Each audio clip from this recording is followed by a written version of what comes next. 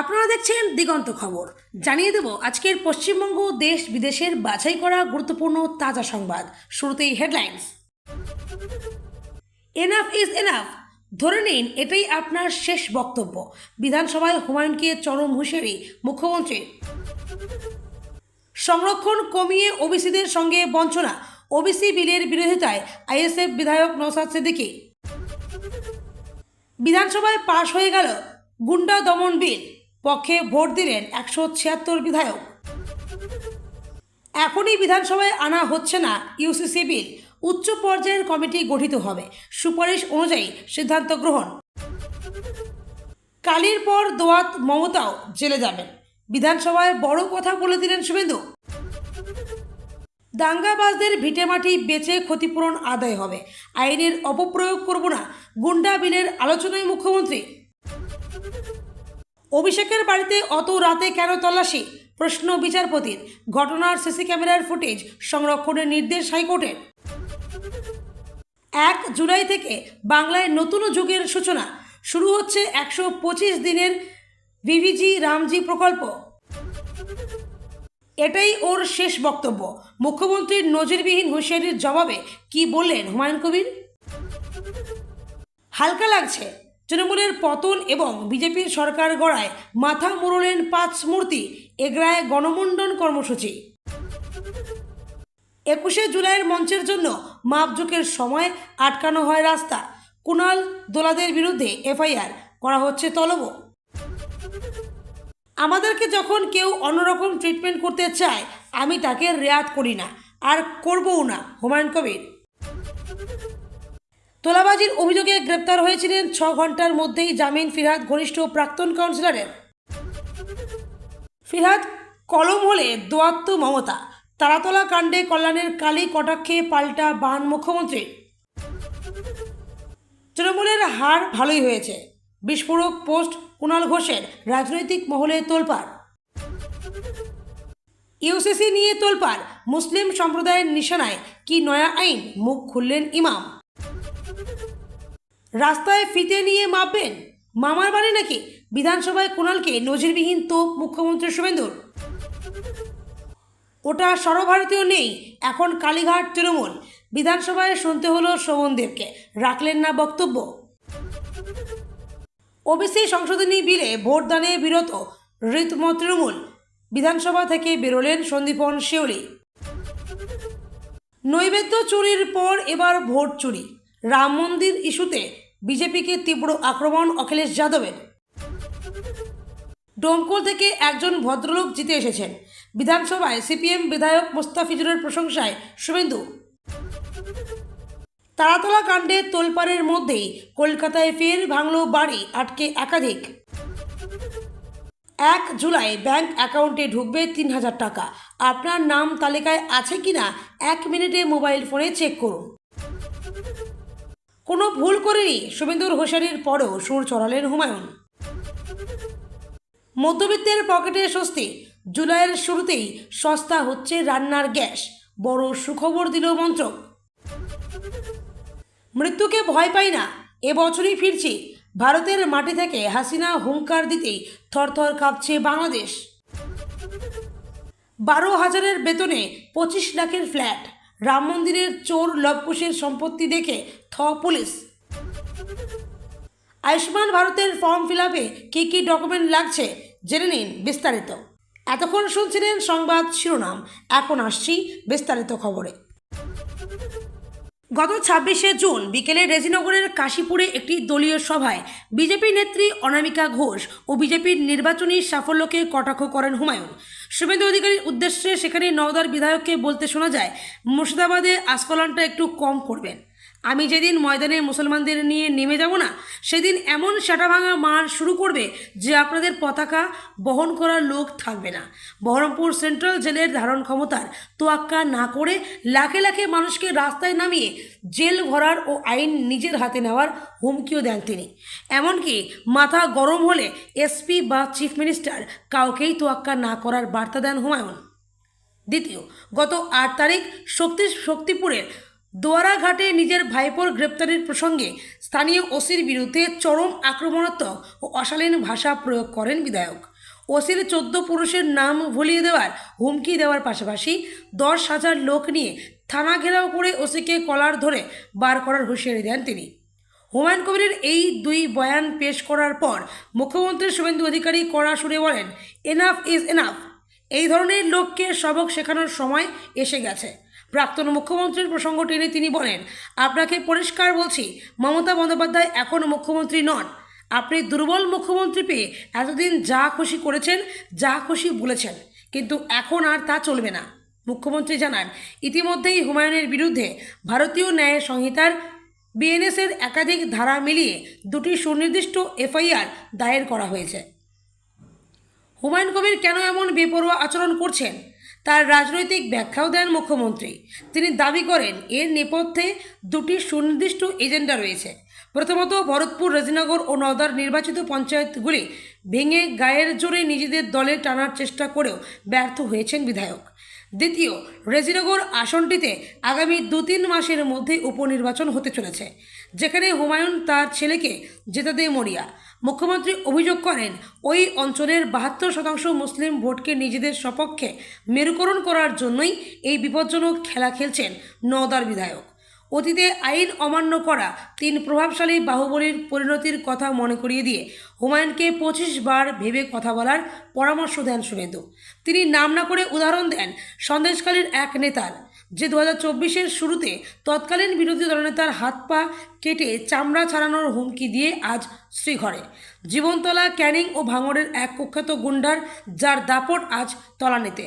পুষ্পা ঝুঁকেগা নেহি সংলাপ আওড়ানো অন্য এক বাহুবলীর, যে আজ খালি পায়ে ছোট প্যান্ট পরে কান ধরে উঠবস করতে হচ্ছে।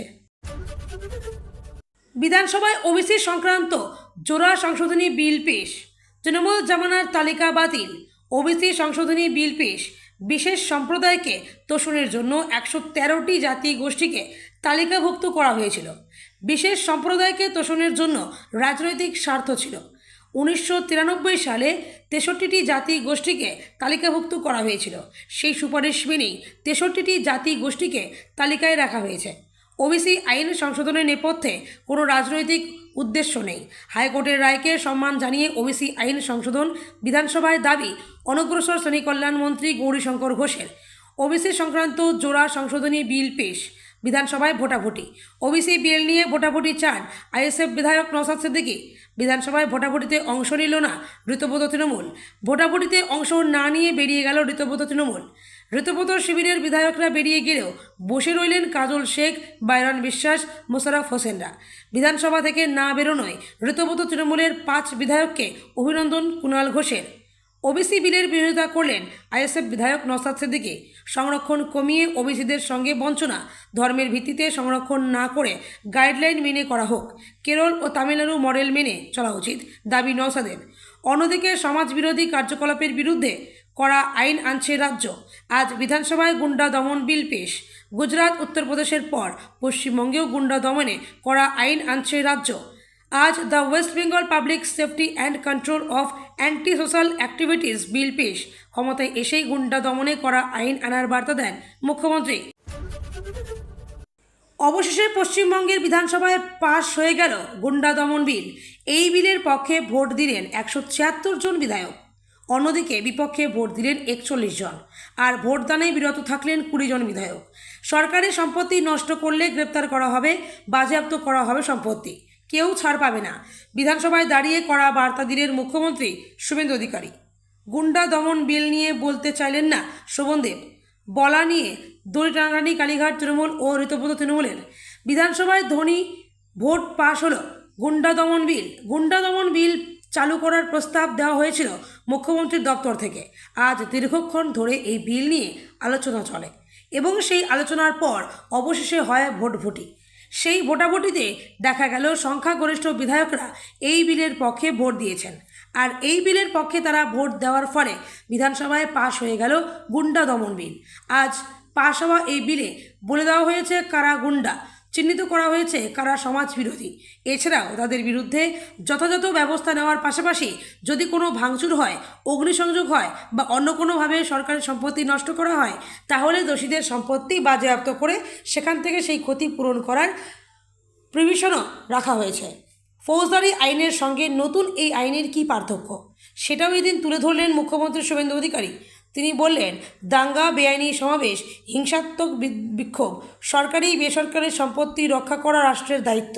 ফৌজদারি আইনে প্রকৃত দোষীদের থেকে ক্ষতিপূরণ আদায়ে কোনো ব্যবস্থা ছিল না, আর সেই কারণে এই আইনের প্রয়োজন।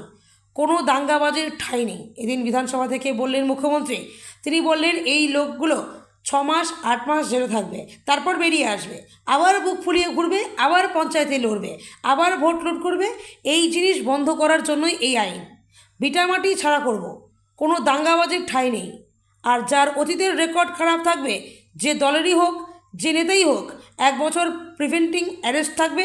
আশা করি রাজনৈতিক লড়াই করবেন, অনুমতি নিয়ে রাজনৈতিক কর্মসূচি করবেন। আমাকে 104 বার হাইকোর্টে যেতে হয়েছে, আর প্রাক্তন মুখ্যমন্ত্রী তো 15 দিনের মধ্যে অনুমতি পেয়েছেন। ভোটের প্রচারের সময়ই অভিন্ন দেওয়ানি বিধি কার্যকরের প্রতিশ্রুতি দিয়েছিল বিজেপি। ভোটে জয় হাসিল হয়েছে, তার 1.5 মাসের মধ্যেই উত্তরাখণ্ড, গুজরাট, অসমে সরকারের মত বাংলাতেও অভিন্ন দেওয়ানি আইন চালু করতে চায় গেরুয়া শিবির। তবে এ ব্যাপারে কোনো তাড়াহুড়ো করতে নারাজ বিজেপি। বাংলায় অভিন্ন দেওয়ানি বিধি হবে অসম মডেলে। নবান্ন সূত্রের খবর, এমনই প্রস্তুতি নিচ্ছে রাজ্যের আইন দপ্তর। ইউসিসির বাইরে রাখা হতে পারে আদিবাসীদের। শুভেন্দু অধিকারী আগেই জানিয়েছিলেন, ইউনিফর্ম সিভিল কোড বাংলায় হবে, এর নির্দিষ্ট প্রক্রিয়া আছে। উত্তরাখণ্ড, গুজরাট, অসমে যে পদ্ধতিতে হয়েছে, এখানেও সেই পদ্ধতিতেই হবে। এবার বাংলায় অভিন্ন দেওয়ানি বিধি, জাতি, ধর্ম, বর্ণ নির্বিশেষে একটাই আইন। 26-এর বিধানসভা ভোটের আগে প্রতিশ্রুতি দিয়েছিল বিজেপি। ক্ষমতায় এসে সেই প্রতিশ্রুতি পূরণের পথে রাজ্যের নতুন সরকার। ইতিমধ্যেই উত্তরাখণ্ড, গুজরাট, অসমের মতো বিজেপি শাসিত রাজ্যে অভিন্ন দেওয়ানি বিধি চালু হয়েছে। সূত্রের খবর, অসম মডেলের ইউসিসি হবে বাংলায়। এমনই প্রস্তুতি নিচ্ছে রাজ্যের আইন দপ্তর। ইউসিসির অসম মডেল কি? অসমে অভিন্ন দেওয়ানি বিধি আইন পাশ করেছে হিমন্ত বিশ্ব শর্মার সরকার। সেই আইন অনুযায়ী বহু বিবাহ নিষিদ্ধ। একের বেশি বিয়ে করলে 7 বছর পর্যন্ত সাজা হতে পারে। বিয়ের রেজিস্ট্রেশন করাতেই হবে। লিভ-ইনের ক্ষেত্রেও রেজিস্ট্রেশন বাধ্যতামূলক। লিভ-ইন সম্পর্কে হওয়া সন্তান বৈধ উত্তরাধিকারী। সম্পত্তির অধিকারে ছেলে ও মেয়ে সমান। বিয়ের ন্যূনতম বয়স ছেলেদের ক্ষেত্রে 21 এবং মেয়েদের ক্ষেত্রে 18। অসমে অভিন্ন দেওয়ানি বিধির বাইরে রাখা হয়েছে আদিবাসীদের। নবান্ন সূত্রে খবর, অসমের পথেই হাঁটতে চলেছে পশ্চিমবঙ্গ। তফসিলি উপজাতি বা এসটি সম্প্রদায়ের নিজস্ব আইন ও রীতি রয়েছে, সেটাই বজায় থাকবে। তাদের অভিন্ন দেওয়ানি বিধির আওতায় আনা হবে না। আগেই তৃণমূল 2 ভাগে বিভক্ত হয়ে গিয়েছে, আর তারপর 21শে জুলাই কারা পালন করবে সেই নিয়ে 2 তৃণমূলের মধ্যে তরজা অব্যাহত। এর মধ্যে কালীঘাটপন্থী তৃণমূল আগেভাগেই চলে গিয়েছিল ভিক্টোরিয়া হাউসের সামনে 21শে জুলাইয়ের সভার জন্য। উপস্থিত ছিলেন বেলেঘাটার তৃণমূল বিধায়ক কুণাল ঘোষ, ছিলেন দোলা সেনরা। কার অনুমতি নিয়ে সেখানে তারা গিয়েছিলেন, এই নিয়ে সোমবার বিধানসভা অধিবেশনে প্রশ্ন তুলেছেন মুখ্যমন্ত্রী শুভেন্দু অধিকারী। শুধু তাই নয়, প্রাক্তন মুখ্যমন্ত্রী মমতা বন্দ্যোপাধ্যায়কে নিয়েও দিলেন বার্তা। ঘুরিয়ে মুখ্যমন্ত্রী কি প্রাক্তন মুখ্যমন্ত্রীকে গ্রেপ্তারির বার্তা দিলেন, উঠছে প্রশ্ন। এদিন তারাতলার কারখানা বিপর্যয়ের নাম জড়ায় ফিরহাদ হাকিম ঘনিষ্ঠ কালীচরণ বন্দ্যোপাধ্যায়ের। বর্তমানে তিনি জেলে। তোলাবাজির অভিযোগে গ্রেপ্তার করা হয়েছে তাকে। এই নিয়ে বিধায়ক কুণাল ঘোষ আবার ববি হাকিমের গ্রেপ্তারের দাবি তুলেছিলেন। সোমবার কটাক্ষের সুরে অধিবেশন চলাকালীন শুভেন্দু অধিকারী সেই কুণালকেই বলেন, একজন আবার বলছে বিকেল 5টার মধ্যে ববিকে গ্রেপ্তার করতে হবে। মুখ্যমন্ত্রী তখন কুণালের দিকে তাকিয়ে বলেন যে তাহলে তিনি এসে শুভেন্দুর চেয়ারে বসুন। এরপরে কথায় কথায় তিনি বলতে শুরু করেন, আর একজন বলছেন কালি তো গেছে, দোয়াত আর পেন যায়নি কেন? আরে পেন যদি ফিরহাদ হাকিম হয়, তাহলে দোয়াতের নাম মমতা বন্দ্যোপাধ্যায়। কালের সঙ্গে যদি পেনও যায়, তাহলে দোয়াতকেও যেতে হবে, একসঙ্গে সবাইকে যেতে হবে। পরক্ষণেই আশ্বস্ত করে মুখ্যমন্ত্রী বলেন, কিন্তু এই সরকার প্রমাণ ছাড়া কিছু করবে না। জোগাড় করছি প্রমাণ, থাকলে কাউকে ছাড়ব না। আমরা কোনো ভদ্রলোকের বিরুদ্ধে কিছু করব না। শুভেন্দুর এই কালী দোয়াতের মন্তব্যের পরে শুরু হয়েছে জল্পনা। এদিন বক্তব্য শুরু করতেই মুখ্যমন্ত্রী বিধানসভার দর্শক গ্যালারির দিকে আঙুল তুলে জানান, রাজনৈতিক হিংসার শিকার হওয়া পরিবারগুলি আজ সশরীরে এই হাউসে উপস্থিত। ডায়মন্ড হারবারে খুন হওয়া রাজু সামন্তের পরিবার, মুর্শিদাবাদের নিহত হরগোবিন্দ দাস ও চন্দন দাসের পরিবার এবং নন্দীগ্রামে স্রেফ নতুন সরকারকে ভোট দেওয়ার অপরাধে আক্রান্ত দেবব্রত মাইতির পরিজনেরা আজ গ্যালারিতে বসে বিচার চাইছেন। বিগত সরকারকে বিধে শুভেন্দুর তোপ, তৎকালীন সরকার যদি সময়মতো কঠোর ব্যবস্থা নিত এবং সাধারণ অপরাধ ও ভোট ব্যাংকের রাজনীতির মধ্যে তফাৎ বজায় রাখত, তবে আজ এই পরিবারগুলোকে এদিন দেখতে হতো না। আপনারা নির্বাচনে শুধু হারেননি, মানুষ আপনাদের প্রত্যাখ্যান করেছে। নিজেদের বিপুল জয়ের খতিয়ান তুলে ধরে তিনি জানান, মাটিগাড়া নকশালবাড়িতে 1,04,000, ইংলিশ বাজারে প্রায় 1 লাখ এবং ডাবগ্রাম ফুলবাড়ি আসনেও প্রায় 1 লক্ষাধিক ভোটের ব্যবধানে জয় এসেছে। অন্যদিকে কলকাতার ভবানীপুর কেন্দ্রের 77 নম্বর ওয়ার্ডে খোদ প্রাক্তন মুখ্যমন্ত্রী মাইনাস ছিলেন। কেবল 82 নম্বর ওয়ার্ডেই জোরে কোনো মতে বৈতরণী পার হয়েছিলেন। বর্তমানে বিরোধী বেঞ্চের শৃঙ্খলাকে কটাক্ষ করে মুখ্যমন্ত্রী বলেন, বর্তমানে বিধানসভায় কোনো শক্তপোক্ত অপোজিশন নেই। কেউ কক্ষ ছেড়ে বেরিয়ে যাচ্ছেন, কেউ আবার নিজের দলের লোকের জামা ধরে টানছেন। আবার কারো দাবি তিনি আসল তৃণমূল, আবার কেউ অন্যকে ল্যাম্পপোস্ট বলছেন। রাজনীতিতে এই ধরনের চরম দুর্বৃত্তায়নের ইতিহাস টেনে শুভেন্দু বলেন, আমি নিজে ছাত্র রাজনীতি করে ধাপে ধাপে কাউন্সিলর ও বিধায়ক হয়েছি। রাজনীতিতে এই অধঃপতনের সূত্রপাত হয়েছিল বামেদের আমলে। 2001 সালে পরিবর্তনের জনমতকে গায়ের জোরে আটকাতে তৈরি করা হয়েছিল হারমাদ বাহিনী। লক্ষণ শেঠ, সুশান্ত ঘোষ, অমিয় পাত্রদের মতো নেতারা সেই জমানায় সৃষ্টি। তবে হ্যাঁ, এবার ডোমকল থেকে ওদের সিপিএম একজন ভদ্রলোক অন্তত জিতে এসেছেন। 2019 সালের এনআরসি ও সিএএ বিরোধী আন্দোলনের নামে রাজ্যে যে ব্যাপক তাণ্ডব হয়েছিল, এদিন তার বিশদ বিবরণ দেন মুখ্যমন্ত্রী। নাম না করে মন্তেশ্বরে পরাজিত প্রাক্তন মন্ত্রী তথা ধর্মীয় নেতা সিদ্দিকুল্লাহ চৌধুরীকে আক্রমণ করে তিনি বলেন, তিনি ছোট ছোট বাচ্চাদের ধর্মীয় পোশাক পরিয়ে রাস্তায় নামিয়েছিলেন। ভুল বুঝিয়ে বলেছিলেন, এটা সিএএ নয়, এনআরসি, সবার নাগরিকত্ব কেড়ে নেওয়া হবে। আর এরপরেই তৎকালীন মুখ্যমন্ত্রী স্বয়ং ক্যা ক্যা ছিছি স্লোগান দিয়ে সিথির মোড় থেকে শ্যামবাজার পর্যন্ত মিছিল করলেন। চারিদিকে আগুন জ্বলল। মুখ্যমন্ত্রী অতীত মনে করিয়ে দিয়ে বলেন, সেই সময়ে শামসিতে রেল লাইন উপড়ে ফেলা হয়েছিল, রেজিনগর স্টেশনে আগুন লাগিয়ে দেওয়া হয়েছিল, সাঁতরাগাছিতে একসঙ্গে 37টি বাস পুড়িয়ে দেওয়া হয়, যার মধ্যে 22টি ছিল সরকারি বাস। তার কথায়, আমি তখন রাজ্যের পরিবহন মন্ত্রী ছিলাম। মুখ্যমন্ত্রীকে ফোন করে ব্যবস্থা নেওয়ার অনুরোধ জানালে তিনি বলেছিলেন, কিছু করা যাবে না, পুলিশকে বলেছি কথা বলতে। এরপর নূপুর শর্মার একটি মন্তব্যকে কেন্দ্র করে হাওড়ায় টানা 36 ঘন্টা জাতীয় সড়ক স্তব্ধ করে রাখা হলো। গ্রামের রাস্তায় টোল প্লাজার পাশে এক প্রসূতি মা সন্তান প্রসব করতে বাধ্য হলেন। বেথুয়াডহরি, উলুবেড়িয়া এবং করমণ্ডল এক্সপ্রেসে কী তাণ্ডব করা হয়েছিল তা রাজ্যবাসী ভোলেনি। মুখ্যমন্ত্রীর পুরনো আসনের দিকে ইঙ্গিত করে শুভেন্দু অধিকারী বলেন, যিনি এখানে বসতেন তিনি নন্দীগ্রামে আমার কাছে দুবার হেরেছেন। ওয়াকফ সংশোধনী বিলের বিরোধিতার নামে মোতাবাড়ি জ্বালিয়ে দেওয়া হয়, ভাঙচুর করা হলো। আমি নিজে হাইকোর্টের অনুমতি নিয়ে 12 দিন পর সেখানে ঢুকেছিলাম। বেছে বেছে হিন্দুদের দোকান লুট করা হলো আর মুসলিমদের দোকান ছেড়ে দেওয়া হলো। অথচ তৎকালীন সরকার চাইলে আধা সেনা নামিয়ে তাৎক্ষণিক ব্যবস্থা নিতে পারত, কিন্তু ভোট ব্যাংকের লোভে তা করা হয়নি। তিনি বলেন, ধুলিয়ানে বড় বড় শোরুম ও বাইকের দোকান পুড়িয়ে লুটপাট চালানো হয়। বর্তমান নওদার বিধায়ক হুমায়ুন কবির আজ যে ভাষায় ধমকাচ্ছেন তা আসলে বিগত সরকারের তোষণ পাপের ফল। তবে তাকে কোন ভাষায় সবক শেখাতে হয় তা এই নতুন সরকার ভালোভাবেই জানে। আপনাদের দল কেন সিভিল ব্যাকগ্রাউন্ড থাকা লোককে রাজ্যসভায় পাঠায়? কেন সিদ্দিকুল্লাহ চৌধুরী তদন্তের কাজে বাধা দেন? নতুন বিলের কড়া প্রয়োগের আশ্বাস দিয়ে মুখ্যমন্ত্রী স্পষ্ট ভাষায় জানিয়ে দেন, এই আইন কোনো রাজনৈতিক প্রতিহিংসা বা অপপ্রয়োগের জন্য আনা হয়নি। এর একমাত্র লক্ষ্য দাঙ্গা, অশান্তি এবং সরকারি বেসরকারি সম্পত্তি ধ্বংসের সাংস্কৃতিক রক্ষা। কড়া হুঁশিয়ারি দিয়ে শুভেন্দু বলেন, আসানসোলে আমরা দাঙ্গাকারীদের থেকে ক্ষতিপূরণ আদায় করে দিয়েছি। এবারও দরকার হলে দাঙ্গাবাজদের ভিটেমাটি বিক্রি করে পয়সা উসুল করা হবে এবং তা অত্যন্ত দ্রুত করা হবে। পার্ক সার্কাসে পুলিশের ওপর ঢিল মেরে মাথা ফাটিয়ে রক্ত ঝরিয়ে ভাবলেন পার পেয়ে যাবেন? আগে কালীঘাট থানায় টেবিলের তলায় পুলিশ লুকাতো, কিন্তু মনে রাখবেন এই পুলিশ মন্ত্রী আলাদা। আগে সেই প্র্যাকটিস আর চলবে না। এই আইন শুধুমাত্র গুন্ডা ও দাঙ্গাকারীদের দমনের জন্য প্রযোজ্য।